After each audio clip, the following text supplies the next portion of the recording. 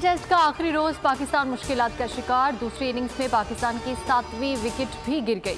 Shaheen Afridi 2 run बनाकर out और south Shakeel, Shan Masood, Babar Azam, Saim Ayub, Abdullah Shafiq और आगा सलमान पवेलियन लौट चुके।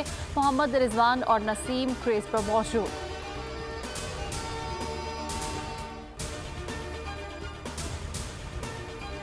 मुस्लिम लीग नून और पीपल्स पार्टी के दरमियान पावर शेयरिंग का मामला। दोनों जमातों की कायम मुश्तरका कमेटी का इजलास आज गवर्नर हाउस में होगा।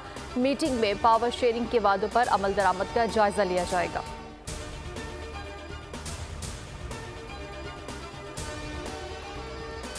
नंद भावच में जमान पार्क के घर पर कब्जे के बाद पार्टी पर कब्जे की लड़ाई चल रही है। बैरिस्टर साहब आप 3 में हैं ना 13 में। वज़ीर इत्तलात पंजाब अज़मा बुखारी का बैरिस्टर सैफ के बयान पर रद्द-ए-अमल। कहती हैं कि आपको याद है कि नून में से शीर निकालने वाला एक बाजीगर 40 दिन का चिल्ला भी काट चुका है।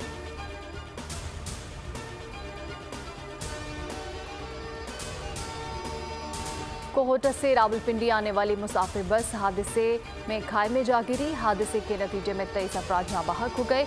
मुसाफिर बस को हादसा पाना पुल के करीब ब्रेक फेल होने के बायस पेश आया। मय्यतों और जख्मियों को बस से निकालकर अस्पताल मुंतकिल कर दिया गया।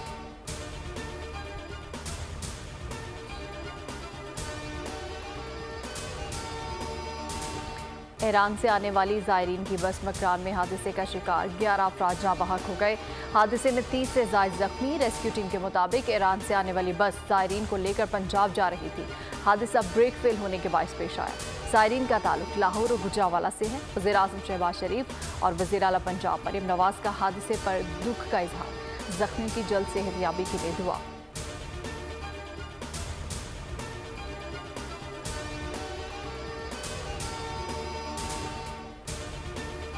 और कज़ाफ़ी स्टेडियम अपग्रेडेशन प्रोजेक्ट पर काम जारी। चेयरमैन पीसीबी मोहसिन नकवी का कज़ाफ़ी स्टेडियम का दौरा, कामों का मुआयना किया और कहा कि ये एक चैलेंजिंग टास्क है। पूरी टीम दिन रात मेहनत करे।